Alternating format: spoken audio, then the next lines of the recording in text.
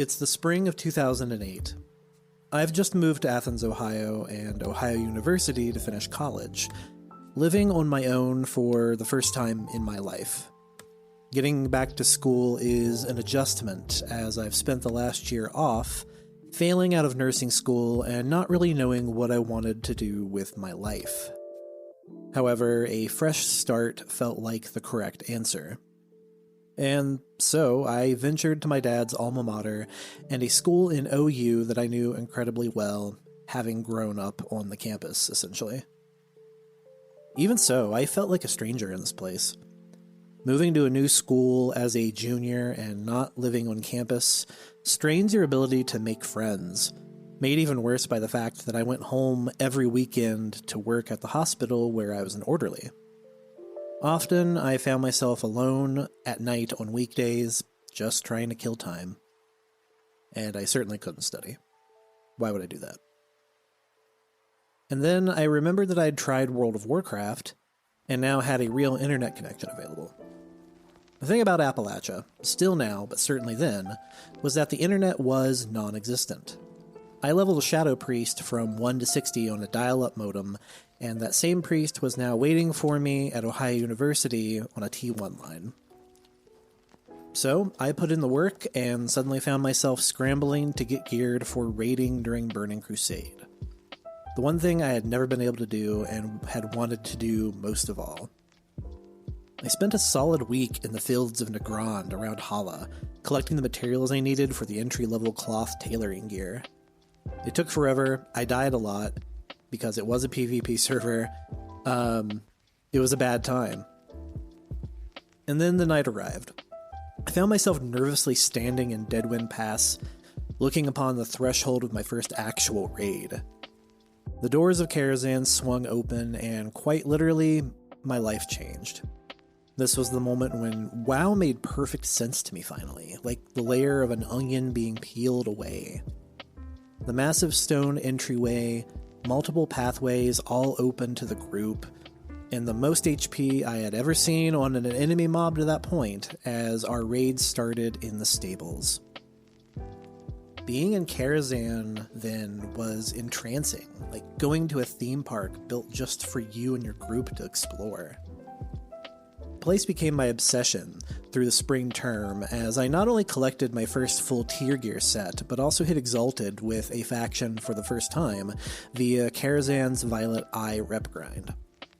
This is where my obsession with the game truly began, and if we're being honest, I routinely returned to Karazhan despite probably being able to navigate it with my eyes closed at this point. When I get burnt out, or tired of the game, or frustrated that I can't get my gear score up, I step through those doors once more, and my perspective tilts. And it reminds me of what makes World of Warcraft special, specifically to me. No piece of content in World of Warcraft better exemplifies what the game was all about than Karazhan, period. Created from pre-WoW lore, open-ended, massive in scope, unique boss encounters, and hooks to the other Burning Crusade raids, I think Kara is literally the perfect dungeon. It's certainly the best piece of content the WoW team has ever made, and one they've only come close to in quality a couple of times, in my opinion. But what makes Karazhan special? It's a lot of things to a lot of people. For some, it's the quirky raid that was originally supposed to be in Vanilla WoW, but got so big and unwieldy that the team pushed it back to the first expansion. For others, it's a hub for some of the most important lore in the Warcraft universe. And for others, its mechanics and encounters remain as some of the most memorable that Blizzard has ever put together. And most importantly to our discussion, Karazhan is a nexus point, both in the literal and fictional sense. The dark, foreboding tower was of great importance to the Legion, and specifically, Sargeras, but is also called home by Medivh, one of the Warcraft universe's most confounding lore figures.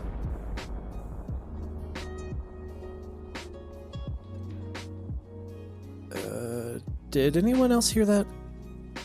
My mics must be picking up something weird outside today. Today, on Essence of Azeroth, we're going to look at the history of Karazhan, its place in both the pre-WoW and World of Warcraft lore, and how, like a lot of canon in Burning Crusade, sits in a nebulous territory of having multiple origins and stories telling its tale.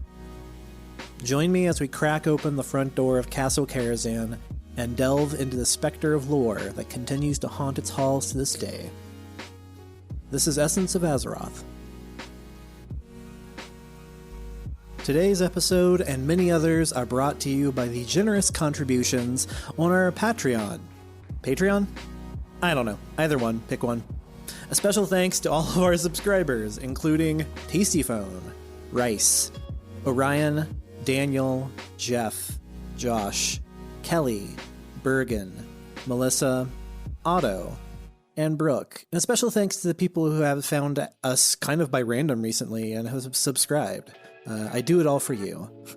Consider giving monthly to the podcast over at www.patreon.com/Essence of Azeroth and get access to our Discord, our guild on the US Asgalore server, and bonus episodes only available to subscribers, such as the Battle for Mount Hyjal episode I released last week, and that is available for anybody at any tier. So once again, get on that, and that's patreon.com/Essence of Azeroth.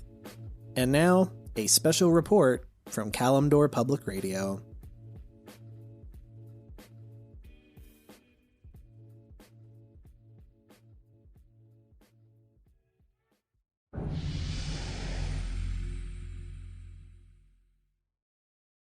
Kalimdor Public Radio is brought to you by a generous contribution from the Defias Brotherhood Masons Union of Westfall.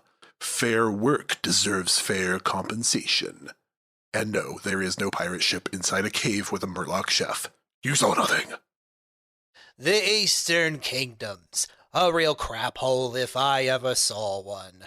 Not a single desert anywhere. Just awful. Ugly green trees. Ugh. And yet, within that horror show lies an even greater potential evil. Our affiliate station, Stormwind Public Access, sends us this special report from deep within Alliance territory about the horrors that await one and all at a spooky tower called Karazhan. Mystical gateway that leads to unspeakable horror? Or a mansion full of ghosts and hot demon women? You decide. Kristoff was a normal teenager living in the woods of Elwyn Forest. He loved helping on the family farm, traveling into Stormwind, and wantonly murdering kobolds with a rusty sword. Until one day when all of that changed. According to his family, Kristoff had started hanging out with a new crowd. A darker crowd. A mysterious crowd, deep within Deadwood Pass at a foreboding mansion called Castle Karazhan. We talked to Kristoff's mother, via Hearthstone, so that we didn't have to be in the same room as that country bumpkin, and her words are heartbreaking. I don't know what happened. Used to be such a good boy. Didn't talk to strangers, obeyed my every command. Then he went to that dang tower, and now we can't shut up about succubus women and live theater. It's the devil. Once known as a hotspot for the noble and elite of Stormwind, it's been decades since a tragic accident shut the doors of Karazhan forever, and its owner, the playboy philanthropist Medivh, vanished. And yet, the doors of Karazhan have opened once more, seeming to trap the youth of the Eastern Kingdoms in a den of debauchery and horror. We spoke to one of the succubi in question, and she paints a very different story. Look, kids are going to grow up eventually, and one way or another, they'll find trouble. Isn't it better that it's with me, my demon harem, a castle full of skeleton waiters, a robot zookeeper, and a splintered portal to another dimension guarded by unspeakable horrors? No?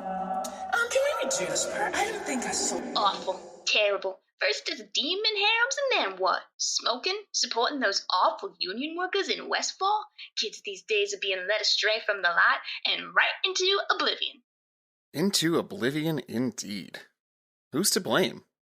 Who will hold Medivh accountable? And who's going to tell Kristoff that the new ear piercing he got at Karazhan looks infected? Ugh. Truly, the Eastern Kingdoms have dark days ahead. Right. This is the last time I let those Stormwind public access whack jobs on the air, even if they paid in gold. Well, maybe I'll just charge them double, because time is money, friends. Next on KPR, the Tauren Funk Power Hour. Stay tuned.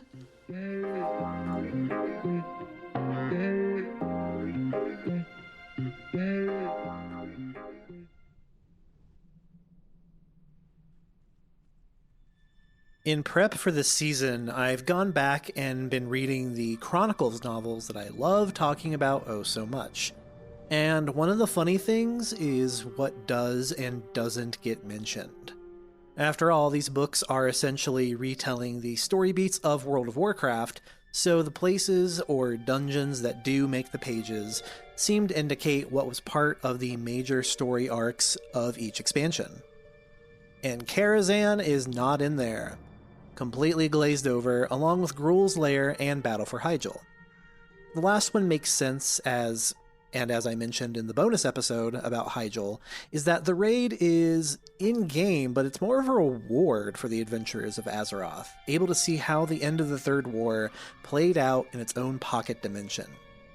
However, in the case of Karazhan, we get almost no mention of the castle or Medivh in the Burning Legion chapter, besides an offhand mention about Medivh's mother Egwene joining up with Jaina Proudmoore in Theramore.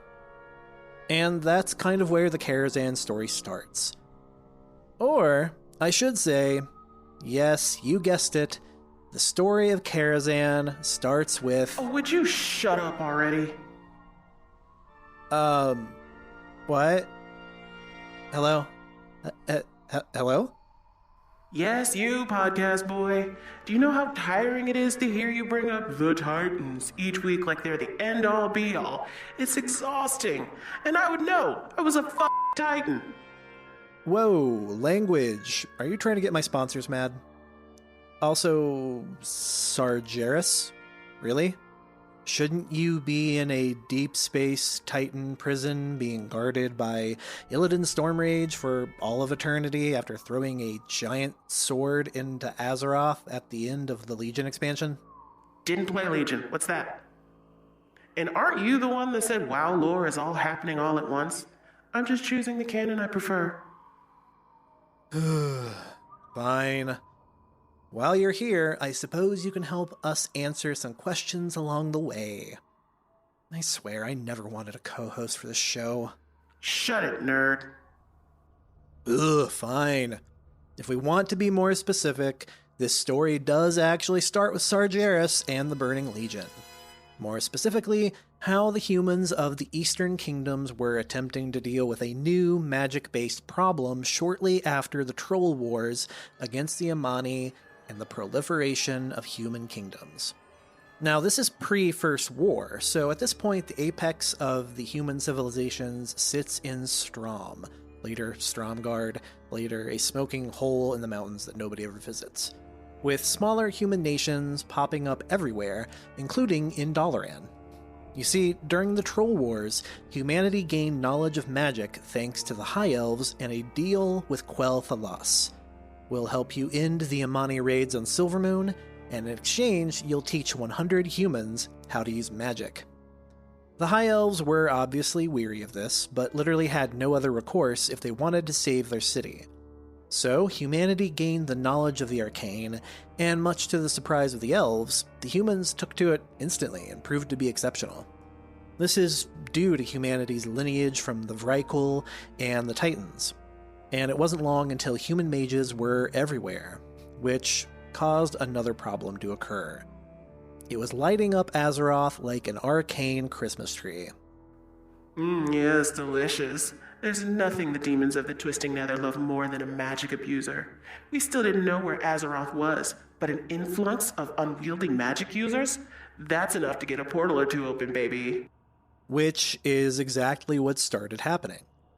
Suddenly, demons were back on Azeroth for the first time since the War of the Ancients, working in the shadows and playing games with the lives of politics of humanity. It wasn't long until the sudden arrival of demons plus the natural suspicion of magic users in human cities led to the mages to form their own city, a place where magic wasn't suspicious and free study of the craft was encouraged. Dalaran was born, and with it a secret order of the best mages as part of a team to hunt down and attempt to deal with the new demon threat. However, this council found that their powers individually weren't enough to deal with the likes of the Nathrazim hiding in Dalaran and causing panic and literal plague. So the mages found an ancient ritual that allowed this council to pool their powers and temporarily imbue one of them with all of the powers of the other. Yes, brilliant. A whole bunch of people giving up all their power for one person. Humans are the worst. In this case, Sargeras isn't wrong. The Nathrazim were expert tacticians and realized the best way to fight this empowered mage was to try and kill the others who gave up their power, leading to all-out disaster. This made the Dalaran Council reconsider their new trick and refine it, coming up with a new idea. The Council would need to permanently empower a mage of virtue and goodness for the good of Dalaran and all mages. They would permanently give up a part of their power to a single mage, increasing their lifespan and their power to untold heights.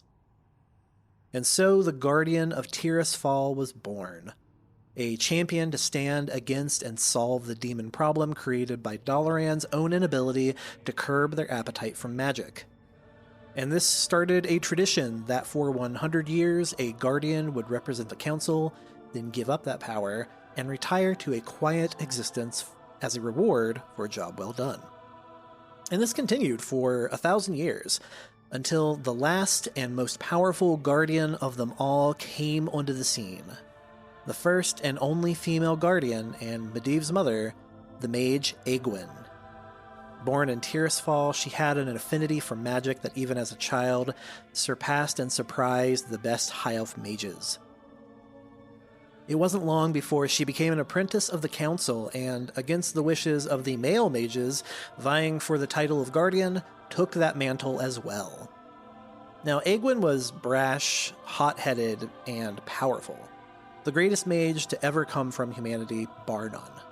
So strong, in fact, that she broke the 100-year rule and continued to serve against the Burning Legion, and in the process caught the ire of one particular loud-mouthed demon lord.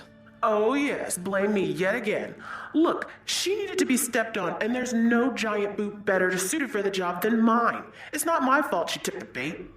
Took the bait indeed, as Egwene was about to fall into the Legion's trap and set the stage for the opening of the Dark Portal, the First and Second War, and essentially all of the bad stuff that happens on Azeroth for a good long while.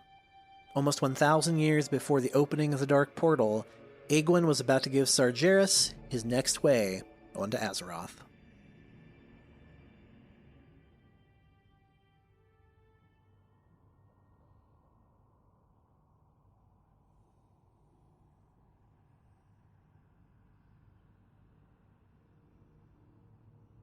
I'm a broke podcaster. I don't know how to say Patreon. Give me money so I can eat food. Is that me? That's you, loser. Yeah, at least I didn't get stuck inside an infant. Shut up. Anyways, Egwene's hubris was that she thought nobody else could do the job of the Guardian, and because of that, she stayed around too long, while also growing distant from the Council of Dalaran.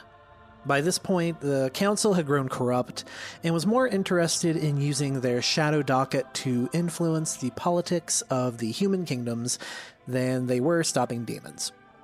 They saw Egwene as a potential threat, but one that was loved and still doing the job.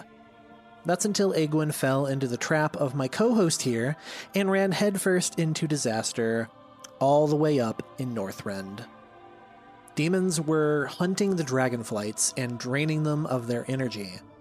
Sensing the danger involved, Egwene headed straight for Northrend and headfirst into... Me. What an idiot. Yep, Sargeras was able to open a tear in reality and send an avatar of their likeness and power through, crash landing on Northrend and engaging Egwene in battle. The two fought for days before Egwene finally used all of her summoned strength and mystical artifacts for one major attack, blasting the avatar of Sargeras and seemingly winning the encounter. However, the battle had taken all of Egwene's power, and little did she know that this was Sargeras' plan all along. The Demon Lord had been toying with her, and in the process made the Guardian of Tirisfal believe that she'd won the fight. In fact, she had not, and instead was weak enough for Sargeras to slip their essence into Egwene and begin slowly and subtly corrupting her from within. Brilliant, right? Come on, admit it. Well, it definitely worked. Egwene stashed the body of the fake Sargeras within a tomb on the Broken Isles, locking it down with wards and enchantments meant to hide its massive power, thus creating the Tomb of Sargeras. This is also the same avatar that players fight in the Tomb of Sargeras raid in Legion, and certainly will not be the last time this tomb comes up. From that point, Egwene continues on as Guardian for centuries, though her thoughts grew to paranoia and hatred thanks to the influence of Sargeras. Likewise, the Council no longer trusted Egwene and saw her as a rogue agent. In response, Dalaran began to hunt Egwene with their own mage hunters and sought to take back their power for themselves. In response, Egwene found a convergence of ley lines just outside the Black Morass and Brightwood within the Eastern Kingdoms and created a massive mystical tower to not only draw upon this convergence of power, but also to hide. Castle Karazhan was born. Which brings up an interesting question, and one that doesn't appear to as of yet have a full-fledged answer in lore. Of course, we know that the zone of Deadwind Pass is home of Karazhan. However, the lore of the zone has two explanations for as to why everything is all dead and evilly. Pre-Legion, there really isn't an explanation in place for as to why Deadwind Pass is the way it is. He just says that in a time long ago, something happened and the tower was created. And then Egwene found it, and then we move on. However, and only in-game, there's another explanation that comes in the form of the Legion Warlock Class Hall questline, and an item in the Warlock home of the Dreadscar Rift, called the Tome of Blighted Implements, which describes the first Necrolite servant of Sargeras to set foot on Azeroth, Satael, a female Eridar sent to weaken the denizens of Azeroth during the War of the Ancients. This Eridar was given a powerful artifact made from the soul of a demon on Sargeras' own prison planet of Mardoon. Ugh. Uthalish, what a prick. Lead a demon resistance against me, will you? This seems to be a theme, as even Satael would turn against you. Sent to weaken Azeroth, she instead used the artifact to drain the life from Deadwind Pass, and in the process created the magical nexus to the Nether that would eventually become the calling card of Karazhan. Eventually, Sargeras would point the Guardian of Tirisfal in the direction of Satael to handle the interloper. The same Guardian would end up having Egwene as an apprentice. Small world. And this magical nexus is important to the Karazhan story, as it's the prime reason why the Legion is so down bad during the Burning Crusade to take it under control. But for now, Egwene hid in the tower, biding her time and her power while dodging both the Legion and Dalaran. However, one mage hunter named Nihilus Aran would not only find the Guardian, but also over time would come to sympathize with her. The two eventually fell in love and brought Egwene to a realization. She couldn't hold on to this power forever, and if she couldn't have the power of the Tears Fallen, then she'd have to pass it on to someone who could. So Aran and Egwene had a child. Medivh was born, and born with a flaw. That corruption of Sargeras that was within Egwene had passed on to her child, giving Sargeras the tool he needed to take Azeroth. Kids, aren't they great? I always wanted one.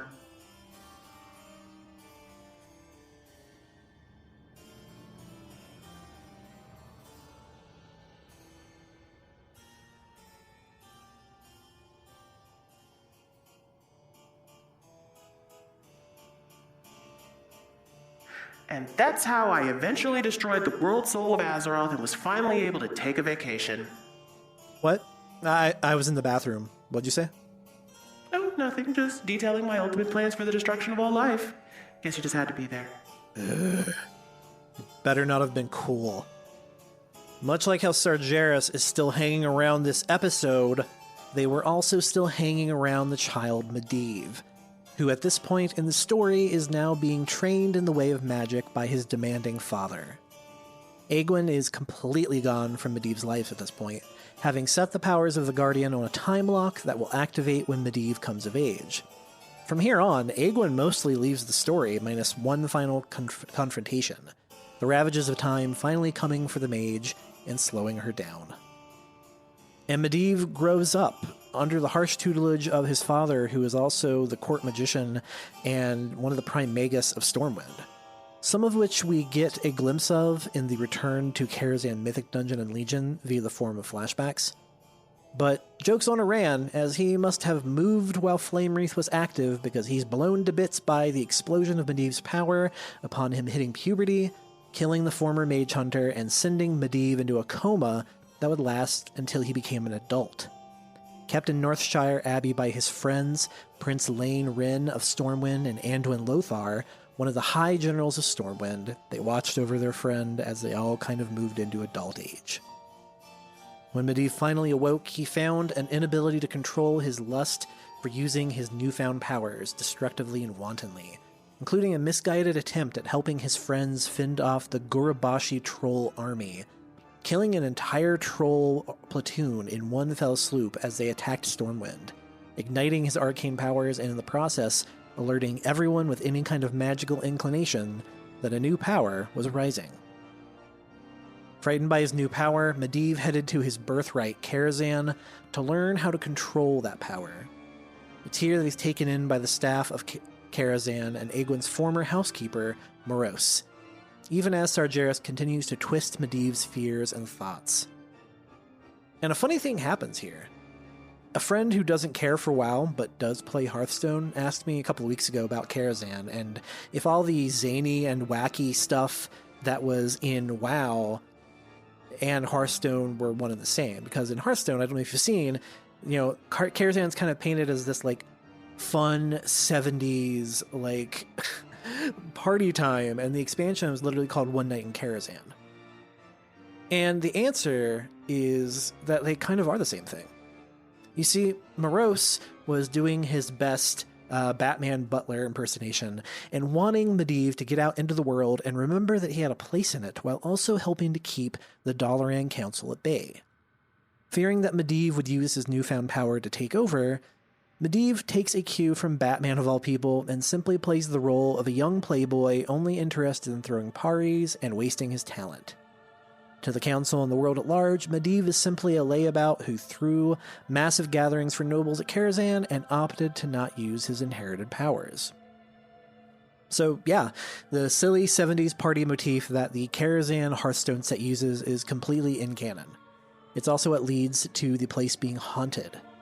Over time, Medivh's corruption would lead him to action in trying to find a way to stop the Burning Legion.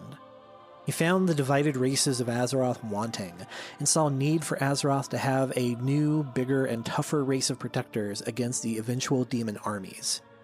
Little did he know that this was part of Sargeras' plan to bring their own infected army of orcs from Draenor to Azeroth.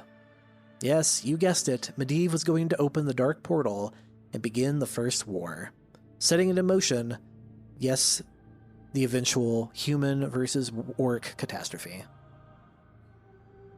Now, it's at this point that Medivh is no longer in control of his own actions and is actively sabotaging the efforts of Stormwind to fend off the newfound orc invasion coming from the Black Morass, now the Blasted Lands, and the Dark Portal. So the rest of the magical world has felt the ripples of magic emanating from the opening of said portal. And with a heavy heart, Egwin headed to Karazhan with the Blue Dragon, Arcanagos, to try to talk sense into her son and find why he was doing the bidding of the Legion. And this is when everything goes to crap. Yeah. Have you ever made a dragon extra crispy? Really cannot recommend it enough. Ugh. In a castle loaded to the gills with nobles and partiers, a now controlled by Sargeras Medivh, did battle with his own mother, which includes burning the blue dragon from the inside out. This is the origins of the Karazhan boss Nightbane. Aegwin was rebuked from the tower, but not before Medivh drained the life of everyone in Karazhan to keep Aegwin from overpowering him. The curse of Karazhan was in place, forever to be haunted by the nobles and cursed spirits of the tower who died that night. But the cat was out of the bag.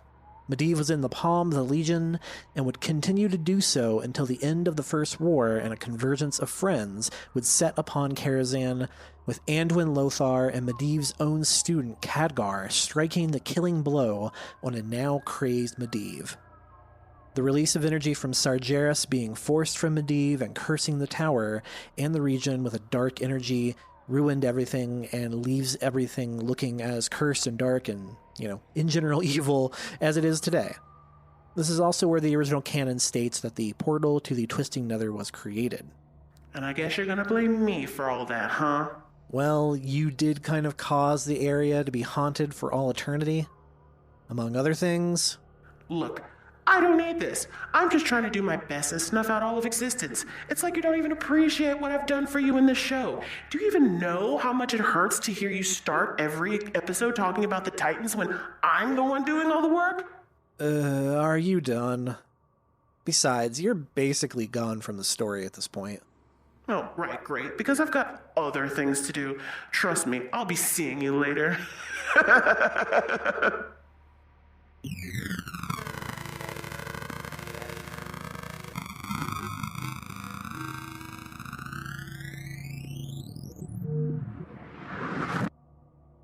Oh, good. Guess that means I'll be covering Legion at some point. Anyways, that brings us to the Burning Crusade.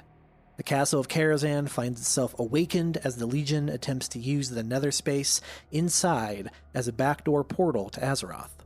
The Violent Eye and Dalaran send the adventurers of Azeroth in to investigate and stop the madness at all costs. But first, you gotta get the front door open.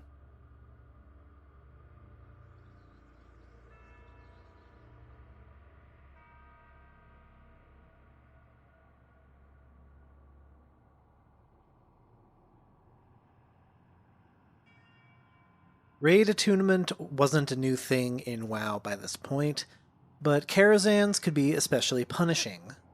To obtain the Master's Key item to permanently unlock access to Karazhan, the player would need to have access to the Arcatraz in Netherstorm, which required flying, Shadow Labyrinth in Auchindoun, which required its key from a chest in Sethic Halls, and access to the Caverns of Time dungeon, the Black Morass, so you could go talk to Medivh, which required your entire party to have already completed the Escape from Durnhold Keep dungeon. This is all to say that a player without a guild may struggle to get each step completed in a timely manner. This requirement went away with the Cataclysm patch. Released on January 27th of 2007, Karazhan was a 10-man raid and was the first raid of Burning Crusade. You may also note that it was the first 10-man raid, but not the first 10-man dungeon. I believe that goes to Dire Maul.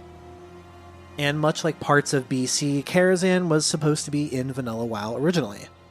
This was seen via the Atiesh Great Staff of the Guardian Legendary that was obtainable through Original Nax Rammus, which featured a group teleport to Karazhan feature, as well as voice lines where the Shade of Aran boss fight brings up the staff if a raid member has it out. Like many things in Vanilla WoW, the developers' eyes were too big for their stomach and needed to prioritize content. Initially, Karazhan was going to be styled similarly to the eponymous castle from Castlevania Symphony of the Night, and have an upside-down version where the layout was reversed and had an entirely different raid involved. This would eventually be scrapped, but you do see some of those ideas come to life in the aforementioned Warlock class Hall quest that takes place around Karazhan, as well as in the Return to Karazhan Mythic Dungeon. However, if you want to see some of this in action, go to YouTube, and there are plenty of videos looking at the alpha version of Karazhan, and you can kind of see some of that for yourself, including some of the early pieces of how Hellfire Citadel was also supposed to be in Vanilla WoW. This is also why Karazhan doesn't really fit the theme and narrative of BC directly, being left out of the Chronicles book. It was supposed to take place after Naxxramas initially. However, that was in the development phase when the idea was still that the game wouldn't have expansions, just regular raid and content updates. The Karazhan raid is big, which is another hint that it was definitely more of an in-game affair in its original design than the entry-level raid to an expansion. But it also kind of works. I routinely remember being in Kara groups that would stop at the halfway point when players were required to navigate up to the second entrance up where the curator sits. 11 bosses await players, 12 if we're counting the random animal boss that awaits in the servants' quarters near the entrance. Though if we're being honest, most groups skip to that due to its loot simply being random rerolls and not original gear. Therefore, every group started with the stables and a chance at a rare mount from Ottoman the Huntsman, the first boss. Ottoman is most likely one of, if not the leader of the Dark Riders, formerly seen in Vanilla WoW running around the zone with a zone-wide yell of "The Dark Riders appear!" While originally thought to be lost Death Knights from the Second War, the Riders are actually merchants that were cursed by Medivh and forced to fetch magical artifacts for him. Ottoman is as close to a pushover fight as you get in Karazhan, despite being an optional boss. However, the chance at his horse Midnight as a mount was more than enough for groups to always take a swing at the loot pinata, and that continues to this day, as you can still get a chance to get Midnight as a drop. Though, personally, in all of my years of doing Karazhan, I have never seen it. From here, players had options. You could either go back to the entrance and proceed to the banquet hall the traditional way, or head up the stairs from the newly unlocked blacksmith through the army quarters and up to the scullery. Fun fact, during the Wrath of the Lich King pre-launch event, this is where the limited time access hidden boss Tenris Murkblood awaited, dropping a rare Bat Pet mount in the original Arcanite Reaper weapon.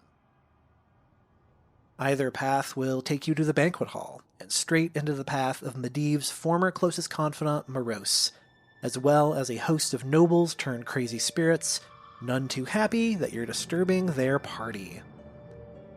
Back in the day, the real difficult part of this room was pulling all of the tables of elite mobs without drawing the boss or pulling more than one table, as fear abilities were rampant in this room.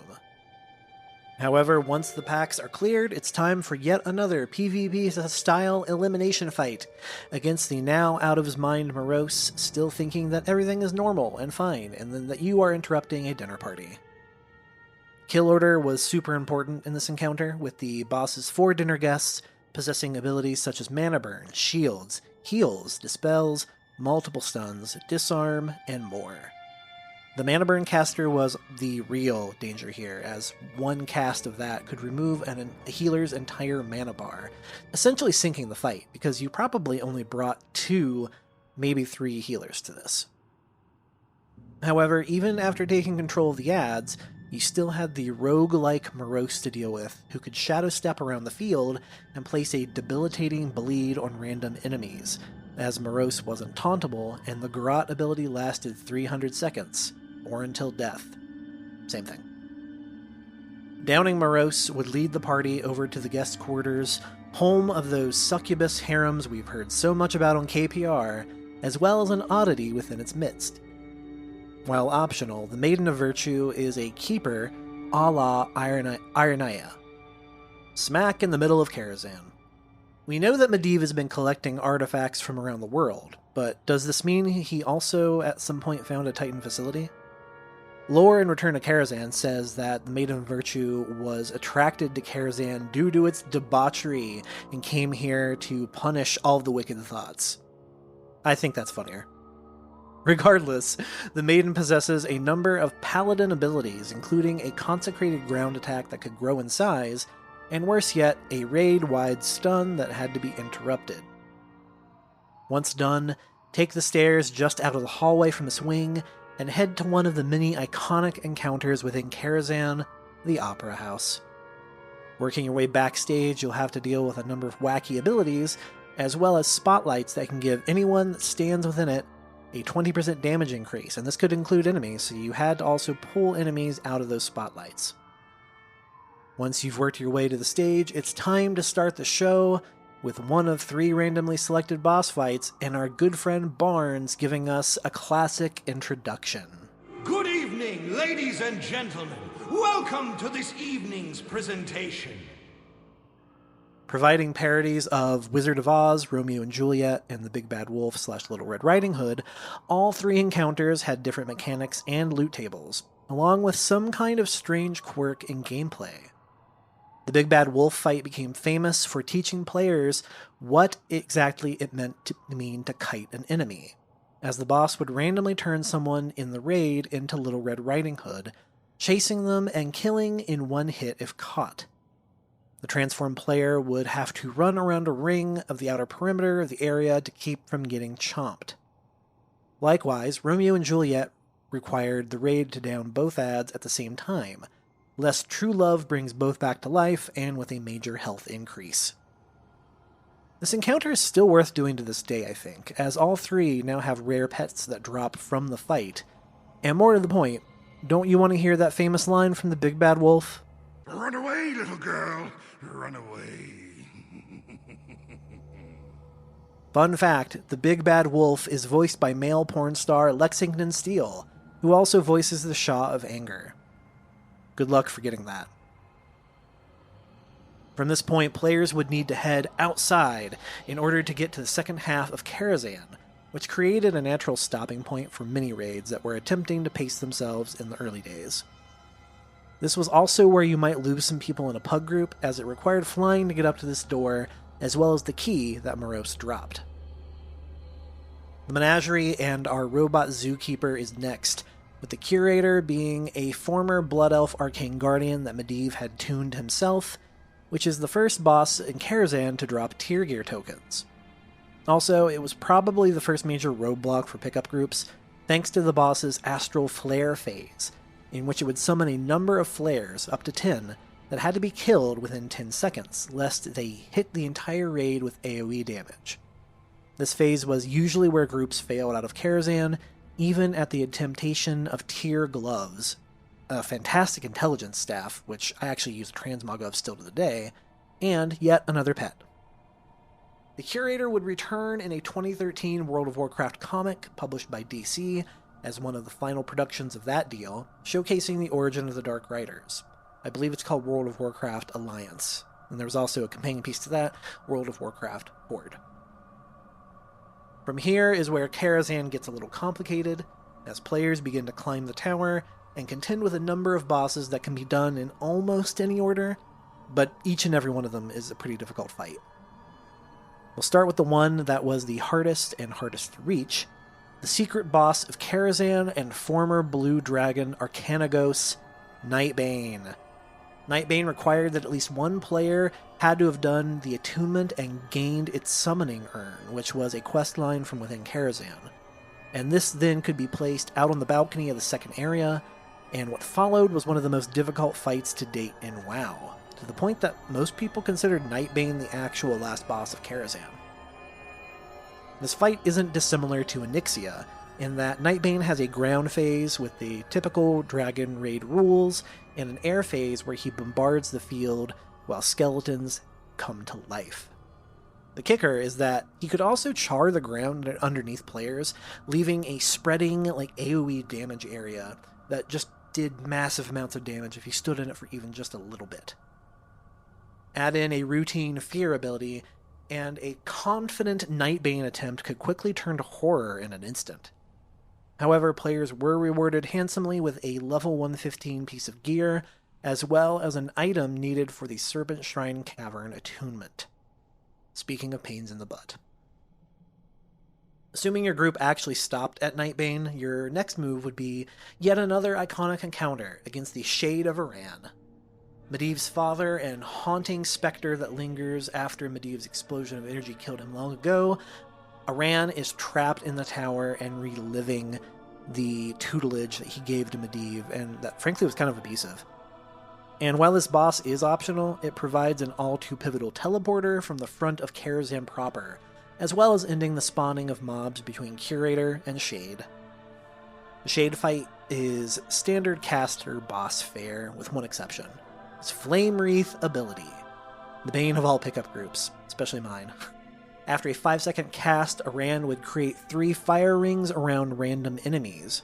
Players moving into or out of the fire would instantly cause the entire raid to take massive damage.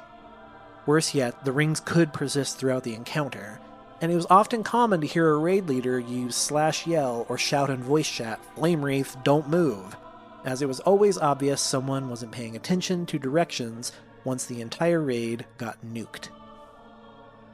And in a mechanic not repeated since, Aran could actually run out of mana, which would cause him to polymorph the entire raid, summon a mage table, and start drinking water to get mana back. He would then do a raid-wide pyroblast. The polymorph could actually be a blessing in disguise, though, as it rapidly healed and gave mana back to everybody affected. So I remember plenty of times where it's like, oh no, I'm healing as my priest, and I'm about to tap on mana. Oh, thank God, I got polymorphed. 2 more optional bosses await players: the Satyr Terrestian Illhoof and the Nether Dragon Netherspite. There's not much to say about the Satyr fight, other than that he's literally hidden behind a trapdoor bookcase, and highlights that the Legion was still hiding in Karazhan all that time. As for Netherspite, there's no real lore for why a Netherflight dragon is in this tower, though we can guess that he might have been attracted to it by arcane energy, and Medivh's curiosity about this rare and burgeoning type of dragon. So it's entirely possible that Medivh, having spent time in Draenor/Outland, found an egg and took it home. The fight involves a tricky mechanic where players must block beams of light from hitting the dragon and empowering it, even as those beams damage and debuff the player in question. Raid leaders would have to set up beam teams so that no one player stood in a beam for too long, while also making sure that the boss was always kept out. And now we move on to the most frustrating and iconic encounter in Karazhan. You know it, you love it, you still cannot solo it to this day: the chess event. Literally a gigantic chessboard set up by Medivh with pieces representing the OG Alliance and Horde. Players will take control of chess pieces and play against a cheating Medivh, using abilities and actual chess movement to try and take out the king piece. In short, this is where almost all groups went to die for a while. The chess event was just utter malarkey, but is also the only way to reach the final end-boss area. And what's funny is that the chess event has been nerfed more after the expansion was over, more than it was during the day. While the event is much easier to handle now, it's still almost impossible to solo without luck and a little bit of coordination. The last time I did it, I had to have a member of the guild and one of my longtime friends come and help me. I hate it so much. I hate it so much that I almost wish Sargeras was back and making fun of me for it. But luckily, they have better things to do. And speaking of the Legion, the final actual boss of Karazhan is against a big, bad Eredar leader in the form of Prince Malchezaar, sitting inside the pocket of the Twisting Nether just above Medivh's bedroom, and showcasing that the Legion planned to use Karazhan as a backup staging ground for attacking Azeroth. While not a lengthy fight always, the Prince battle just has a lot of mechanics that players had to keep track of, and a lot of phases, ranging from Infernals being summoned, to a raid-wide Enfeeble, to a parrying phase, a Shadow Nova phase, flying axes sweeping across the field, and an ability that doubles damage taken by everyone in the group. Often what happened is that things would be going great, and then, boom, the entire raid was dead. It was just easy for things to randomly go south. For their troubles and for downing Prince Malchezaar, the raid gets their tier helm tokens, as well as a chance at a number of legendary weapon drops. Not actual legendaries, they were still purple, but well-known weapons. This includes the Hellscream family's Gorehowl Axe, the Light's Justice Mace, a Sunreaver's Blood Elf Bow, and more.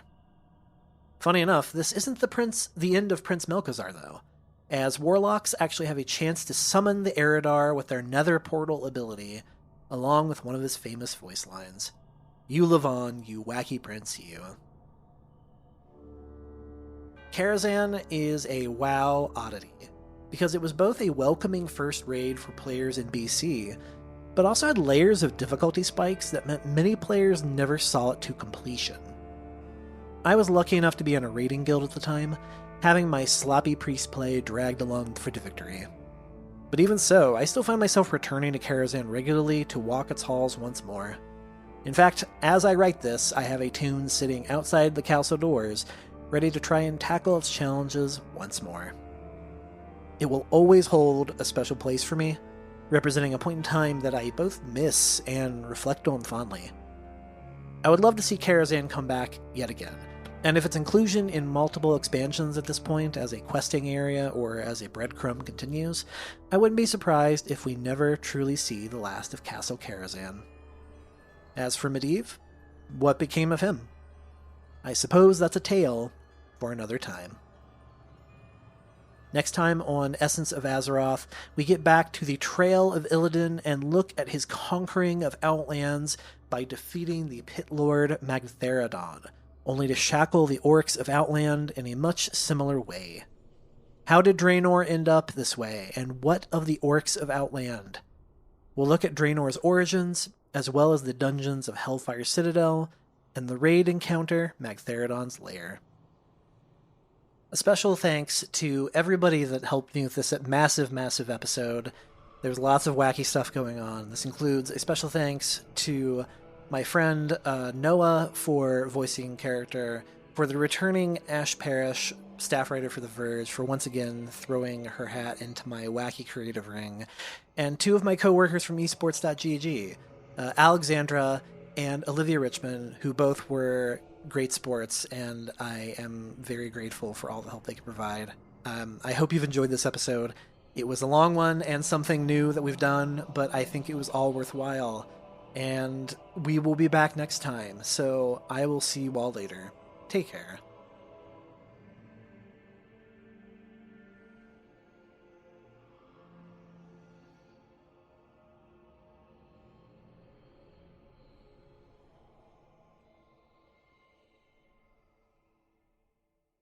According to his family, Kristoff had started hanging out with a new crowd.